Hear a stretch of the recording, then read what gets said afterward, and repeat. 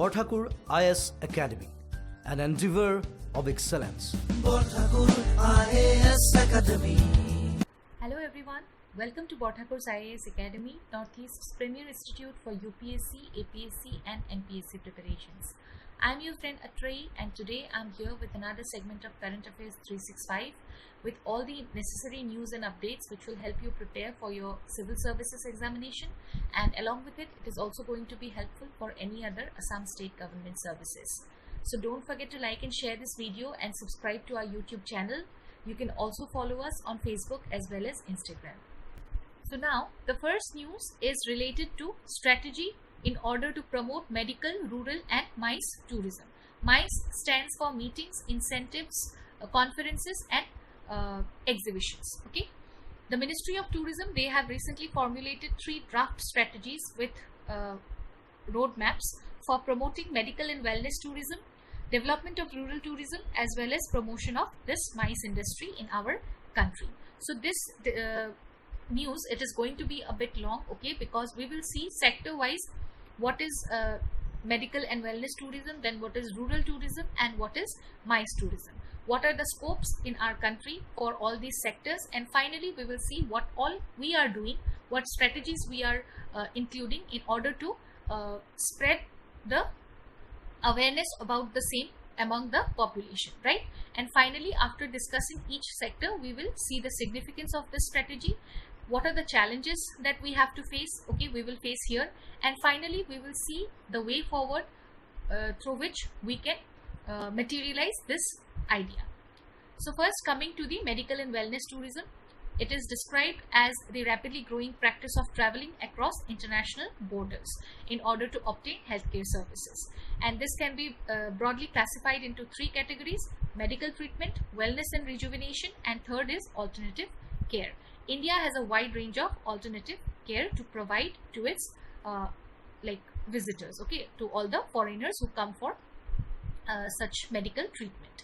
And now this is often referred to as medical value travel. Instead of medical and wellness tourism, it has been often referred to as medical value travel. So what are the scope? First includes the state-of-art medical facilities which will be provided. Top of the line medical and diagnostic equipments will be available, okay.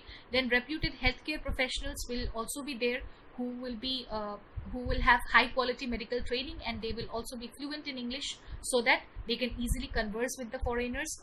It will provide financial savings as the cost of quality medical procedures and services are quite low in our country, and alternative cures, because India has a wide range of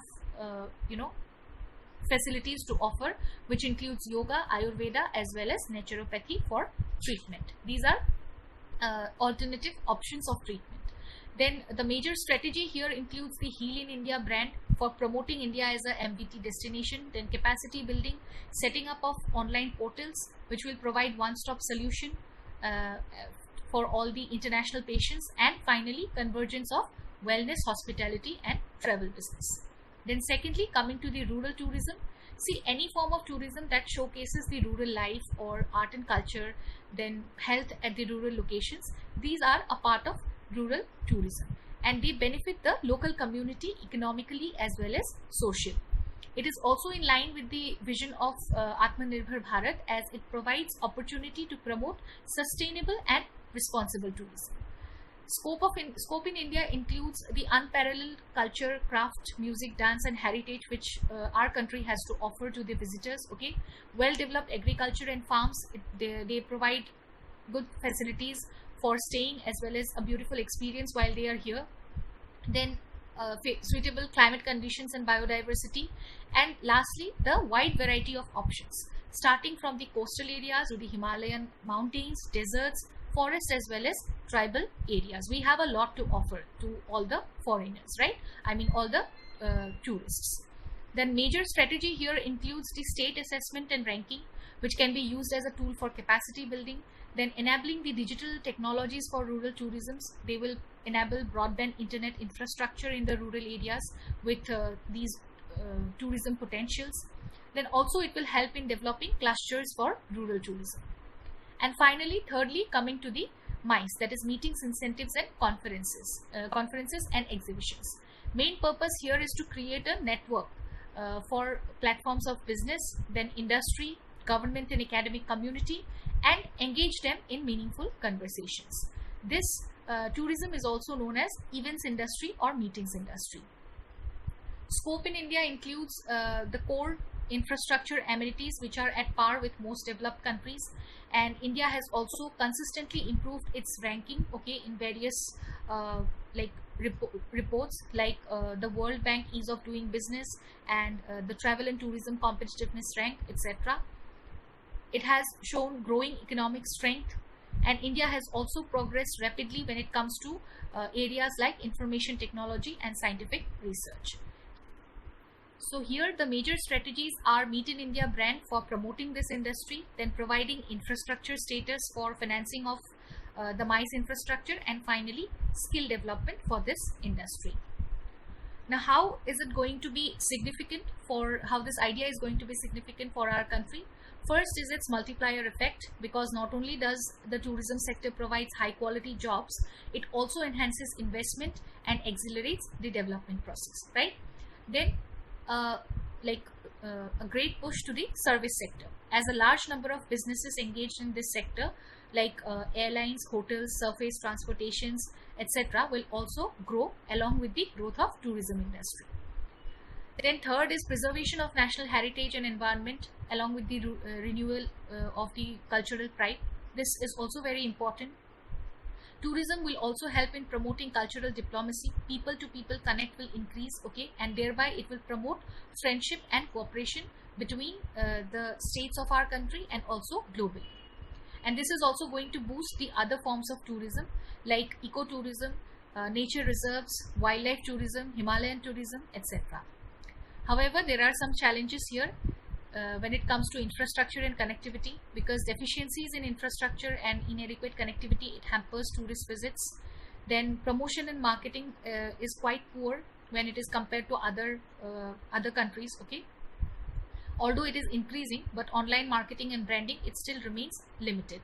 Then tourist information centers are poorly managed, making it difficult for both domestic as well as foreign tourists.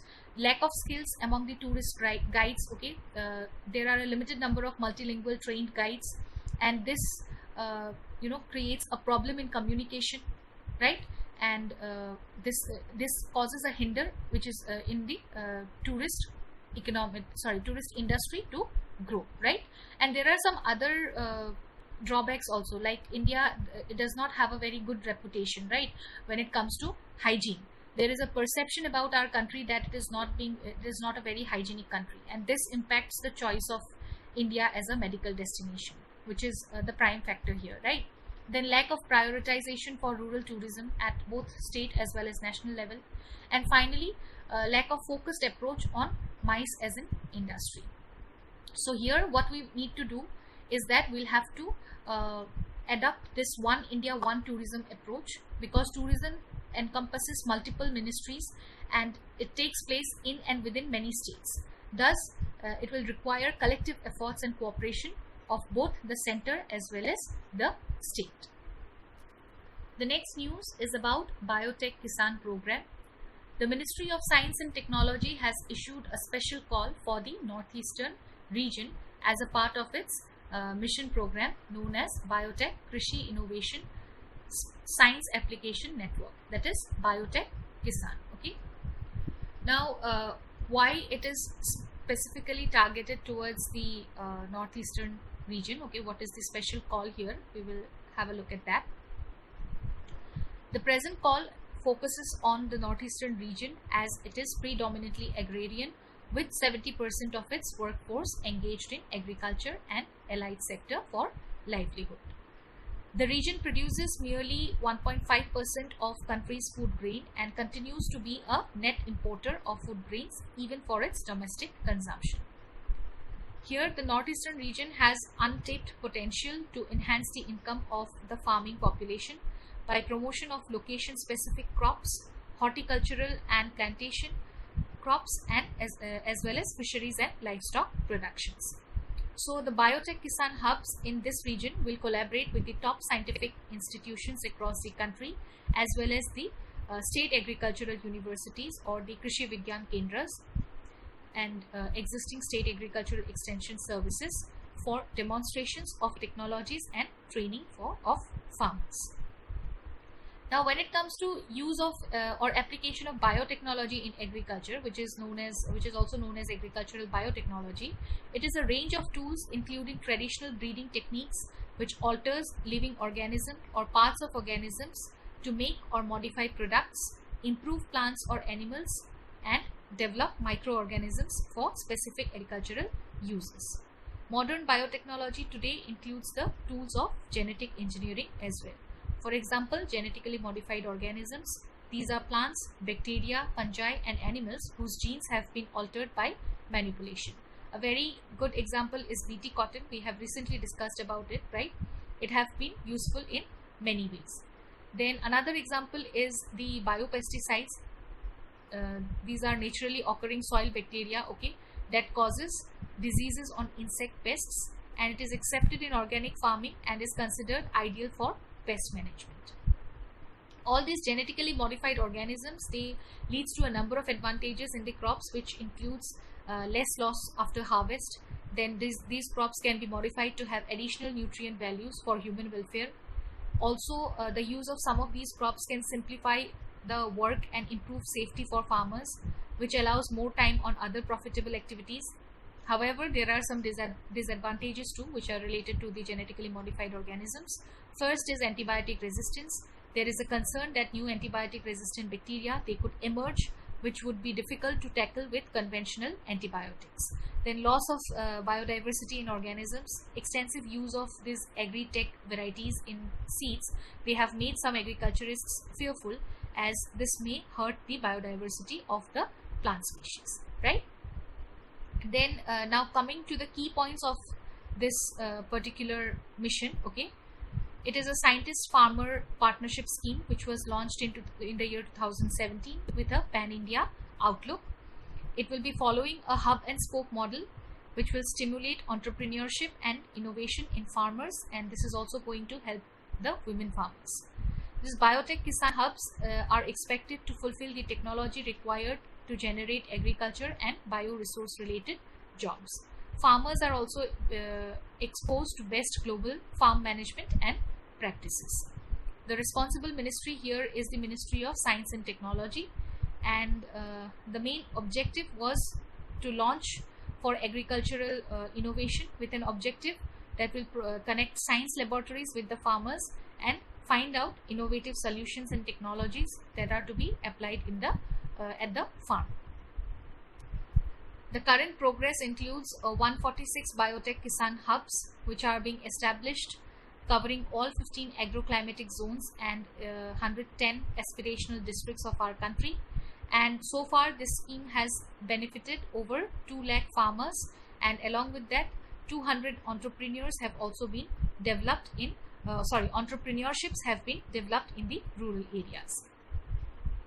Now coming to the third news for the day, it's about International Day of Yoga. It is celebrated every year on 21st of June, and this year marks the 7th year of celebration of this day. So this year the Ministry of Culture has provided 75 cultural heritage locations across the country where the International Day of Yoga is being celebrated. And the idea of International Day of Yoga was proposed by India during the 69th session of United Nations General Assembly, which was held in the year 2014. And the very same year, UN proclaimed 21st June as the International Day of Yoga by passing a resolution in the month of December. The first Yoga Day celebration in 2015 at New Delhi Rajpath, it created 2 Guinness World Records. First, 84 nationalities participated in it, and it was the world's largest yoga session with 35,985 people participating. We are all aware of yoga, right? It is an ancient physical, mental and spiritual practice which originated in India, and the word yoga is derived from Sanskrit, which means to join or unite, symbolizing the union of consciousness and body. Today it is being practiced in various forms across the world, and this continues to grow in popularity. Yoga plays a significant role in psychosocial care and rehabilitation of COVID-19 patients during quarantine as well as isolation. The World Health Organization has also asked its member states to practice yoga and has included it in its Global Action Plan for Physical Activity within the period 2018 to 2030. This year's theme is Yoga for Wellness, and an extensive drive has been titled Yoga and Indian Heritage, and it is a part of India's Azadi Ka Amrit Mahotsav campaign. Some of the places which are mentioned in the 75 sites are the Agra Fort in Uttar Pradesh, Shanti Stupa, Ellora Caves, then Nalanda in Bihar, Rajiv Lochan Temple, Akhnur Fort in Jammu, and the Sabarmati Ashram of Gujarat. Also, the Prime Minister announced M-Yoga app, which will help in achieving One World, One Health initiative. This app is a work of collaboration between the World Health Organization and the Ministry of Ayush, and here they will show yoga training videos and audio sessions in different languages for the people across the world, okay, and it is going to help in expanding yoga across the globe. Currently, this app is available in 3 languages, English, Hindi and French, and later it will be available in all the other United Nations language. Other initiatives which are taken by our country in order to spread yoga and make people aware of it includes the Common Yoga Protocol by the Ministry of Ayush, which has listed Yama, Niyama and Asana as some of the popular yoga sadhanas. Then thousands of candidates have been trained as yoga instructors and trainers through some skilling initiatives like the Pradhan Mantri Kaushal Vikas Yojana, and also yoga is a part of the Fit India campaign. It is the nationwide campaign which aims at encouraging people to include physical activities and sports in their everyday lives. Then moving ahead to the next news, which is about World Sickle Cell Disease Day. It is celebrated on 19th of June every year, okay, and this year, to commemorate the World Sickle Cell Disease Day, the Ministry of Tribal Affairs flagged off mobile van services under the Unmukt project. This was mainly done to strengthen the screening and timely management of this disease among tribal districts of Chhattisgarh as well as Jharkhand. The United Nations General Assembly recognized sickle cell disease as one of the first genetic diseases, and it adopted a resolution recognizing SCD as a public health problem on 22nd of December 2008. Now, what is this sickle cell disease? It is an inherited blood disease which is most common among people of African, Arabian and Indian origin. This group of disorders can affect hemoglobin, the molecule in red blood cells which is responsible for delivering oxygen to all the cells throughout our body. And people with this disease, they have a typical hemoglobin molecule called the hemoglobin S, which can distort red blood cells into a crescent-shaped sickle. This causes the blood flow to block. Okay, this blocks the blood flow, and the oxygen, it is unable to reach other parts of the body. Symptoms here includes severe pain, which is often referred to as sickle cell crisis, and over the time people with this disorder can experience damage of certain organs including liver, kidney, lungs, heart and spleen. And sometimes death can also result from the complications related to this particular disorder. The main treatment facilities which are currently available includes blood transfusions, medication and a rare bone marrow transplant. This disease in India occurs predominantly in the eastern Gujarat states of, then other states include Maharashtra, Madhya Pradesh, Chhattisgarh, western Orissa and northern part of Tamil Nadu and Kerala. This disease is prevalent among the tribal communities, and as per the Ministry of Tribal Affairs, it is affecting more women and children, and nearly 20% of tribal children with this disease, they die before reaching the age of 2. The main challenges here includes social stigma and prevalence among the tribal population, where access to care for this disease is quite limited, and the delayed implementation of policies. Okay, for example, the 2018 draft policy on hemoglobinopathies. This policy aims to provide evidence-based treatment for the patients and reduce the number of newborn children with sickle cell diseases through certain initiatives like sickle cell anemia control program, screening and the prenatal diagnosis. Other initiatives of our country includes the SCD Support Corner, which is an initiative of the Ministry of Tribal Affairs. It's a portal to collect real-time data and provide relevant information which is related to the disease. This is also helping in making a central repository data, and an action research project under the yoga dependent lifestyle is being promoted in order to reduce the complications among the patients suffering from this disease. Then expanded screening. Certain states like Chhattisgarh and Gujarat, they have expanded their screening programs from hospital to school-based screenings. And disability certificate. Ministry of Social Justice and Empowerment, they have increased the validity of disability certificates for the sickle cell disease patients from 1 to 3 years. So this was all for today. Thank you so much for watching this video. I hope it helps you all. Don't forget to like and share this video and subscribe to our YouTube channel. I'll see you all again tomorrow with another session of Current Affairs 365 only on Borthakur's IAS Academy, Northeast's Premier Institute for UPSC, APSC and NPSC preparations. Till then, take care, keep learning. Bye-bye. Borthakur IAS academy প্ৰস্তুতি আৰু অধ্যয়নৰ নিৰ্ভৰযোগ্য ঠিকনা Borthakur IAS Academy